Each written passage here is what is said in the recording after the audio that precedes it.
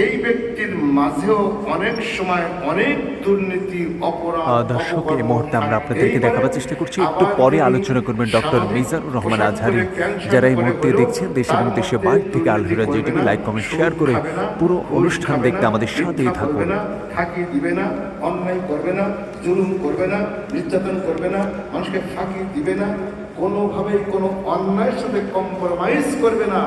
এমন ব্যক্তিত্ব পৃথিবীর আনাচে কানাচে, দেশে দেশে আল্লাহ তাআলা ব্যাপক একটি সংখ্যক ব্যক্তিত্ব নারী পুরুষের মাঝে আছে। অতএব বিশ্বের সকল দেশের, সকল জায়গার, সকল স্থানের মানুষগণের মধ্যে যখন তাকওয়া থাকবে, এটি হলো আপনার আমার তাকওয়ার মাপকাঠি আল্লাহ তাআলা দেশে। সম্মানিত ভাই বোনেরা, তাই আমাদের এই গ্লোবালাইজেশনের যুগে, বিশ্বায়নের যুগে